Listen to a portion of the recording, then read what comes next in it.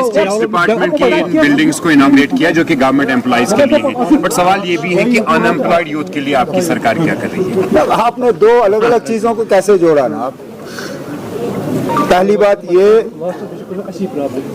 दरबार मूव दोबारा शुरू करने के बाद हमारी जिम्मेदारी बनी कि हम अपने मुलाजमों को ठीक तरह से जो है अकोमोडेशन प्रोवाइड करें।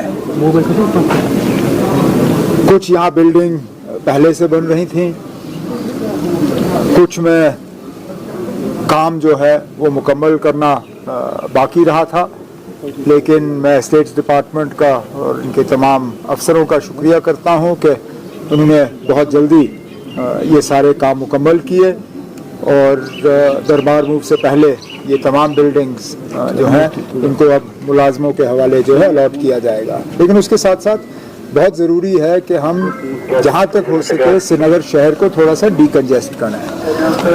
ये इलाका एक अच्छा एरिया है जिसको हम आगे जाके डेवलप कर सकते हैं एम्प्लॉयज़ के लिए, सीनियर अफसरों के लिए, यहाँ तक कि हमारे जो ऑनरेबल लेजिस्लेटर्स हैं उनके लिए भी यहाँ जो है अकोमोडेशन जिस तरह दिल्ली के पैटर्न पे, चाहे वो बाबा खड़क सिंह मार्ग हो, चाहे वो न्यू मोती बाग हो, जहाँ वहाँ इस तरह की अकोमोडेशन डेवलप की गई है।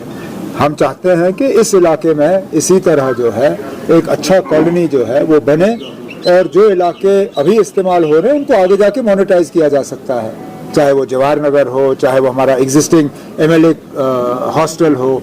इन चीज़ों को फिर मोनेटाइज करके वो पैसा यहाँ पे इस्तेमाल किया जा सकता है। वो हुआ एम्प्लॉयज़ के लिए। अब आपने इसके साथ सिक्सर मार के ऐसा इशू जोड़ा जो इसके जिसका इस प्रोजेक्ट के साथ कोई ताल्लुक नहीं था। बेरोजगारी जम्मू कश्मीर का एक बहुत बड़ा मसला है, इससे कोई इनकार नहीं कर सकता, लेकिन मैंने बार बार कहा है कि बेरोजगारी का खात्मा सरकारी मुलाजमत में नहीं है।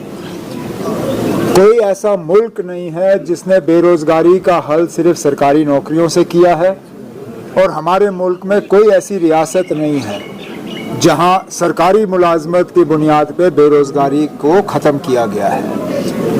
हम जितने नौजवान सरकारी मुलाजमत में एडजस्ट कर सकते हैं हम करेंगे, लेकिन हमारी मुकम्मल कोशिश है कि प्राइवेट सेक्टर को एक बढ़ावा मिले, प्राइवेट सेक्टर को हम मजबूत करें।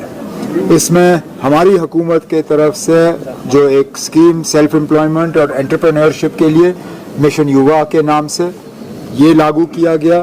फ़िलहाल अभी तक जहाँ तक मेरी जानकारी है लगभग 1000 करोड़ रुपए जो हैं वो सॉफ्ट लोन्स के तहत और ग्रांट्स के तहत नौजवानों को दिए गए हैं अपने यूनिट्स कायम करने के लिए। इसी तरह एग्रीकल्चर के लिए, हॉर्टिकल्चर के लिए HADP के तहत हमारी कोशिश है कि उनको भी एक बढ़ावा मिले।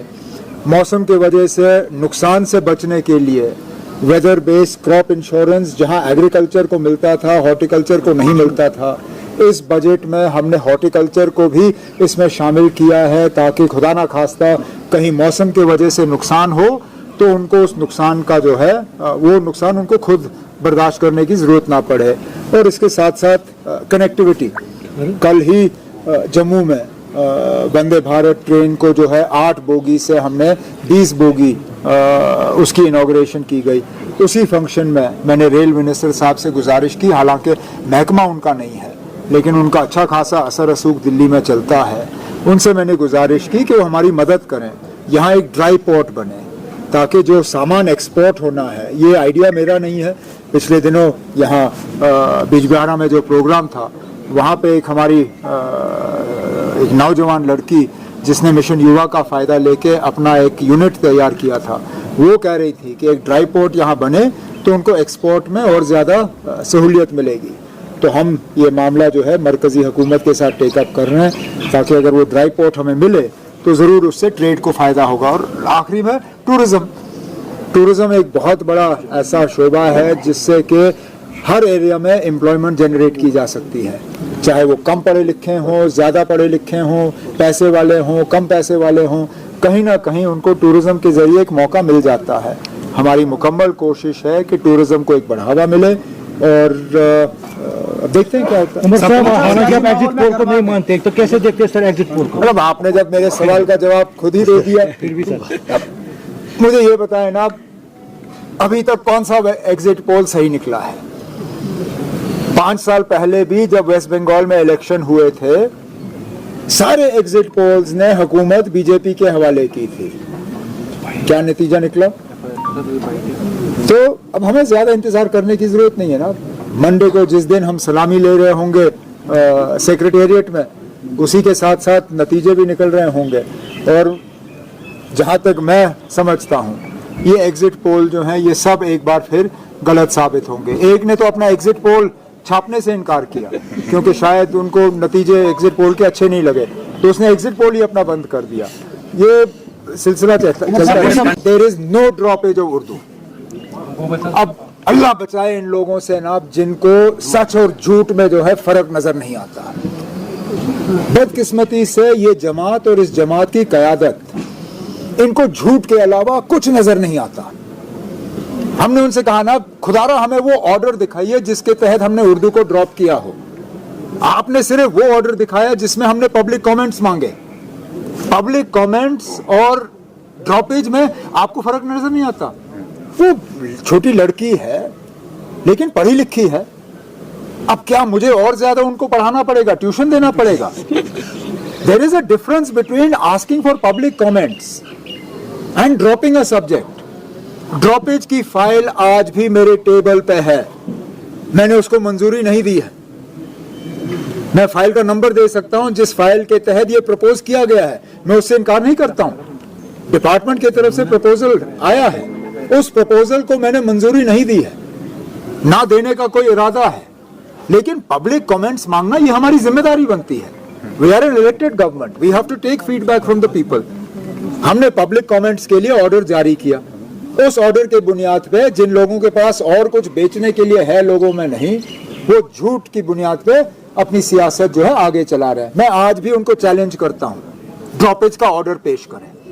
अगर हिम्मत है पेश करिए, मैं भी उमर साहब, पीडीपी ने राज्यसभा में बीजेपी को सपोर्ट किया। इलेक्शन हो गए ना सर, अब आप देखिए क्या क्या हाइक नहीं हो। गैस के सिलेंडर भी हाइक हो गए, कमर्शियल 900 रुपए कुछ कमर्शियल सिलेंडर पे कीमत चढ़ गई है। तेल की कीमतें बढ़ जाएंगी, सारा कुछ बढ़ेगा ना। इसका इलाज जो है वो यही इसी चीज का नतीजा है ना। जब तेल की कीमतें बढ़ेंगी, पैसेंजर का फेयर नहीं बढ़ेगा। वैसे भी ये लोग टेबल के नीचे से इतना ही फेयर ही ले रहे थे, लोग दे रहे थे। अब हमारी मजबूरी बनी कि कीमतें बढ़ गई हैं, हमें वो पैसेंजर फेयर बढ़ाने पड़े। लेकिन मैं बार बार ये कहता हूं ना, इलाज इसी चीज में है कि ये जंग खत्म हो जाए। ये जंग शुरू होनी नहीं चाहिए थी। इस जंग की कोई बुनियाद नहीं है, कोई वजह नहीं है। अब जितनी जल्दी अमेरिका को अकल आए, इजराइल को तो अकल आनी नहीं है, उनमें शायद अकल है ही नहीं। चलिए इजराइल को छोड़ दीजिए, अमेरिका को कम से कम अकल आए, वो जंग रोके और ये तेल की कीमतें कम हो जाएं, हमें भी थोड़ा सा एक आराम मिलेगा। लास्ट वन, आरटीआई में साबित हुआ है कि पीडीपी ने बीजेपी को राज्यसभा में जिताया है। कभी तो उर्दू उर्दू उर्दू कर रहे हैं। ये वही ना जादूगर का वो करिश्मा कि आप एक हाथ से कुछ और दिखाओ, दूसरे हाथ से कुछ करो। क्योंकि उन्होंने बीजेपी की मदद की राज्यसभा के इलेक्शन में और वो चाहते नहीं है कि लोग इसके तरफ तवज्जो दें, तो उर्दू की बात कर रहे हैं। हालांकि उर्दू के मामले में जैसे मैंने कहा झूठ के अलावा और कुछ नहीं है। लेकिन पीडीपी अब वो कभी अपनी हरकतों से बाज नहीं आएंगे। आज जो भी हम भुगत रहे हैं वो इस चीज का नतीजा है कि उन्होंने बीजेपी को यहाँ लाके सेटल किया। आज भी वो अंदरूनी तौर उनकी मदद कर रहे हैं।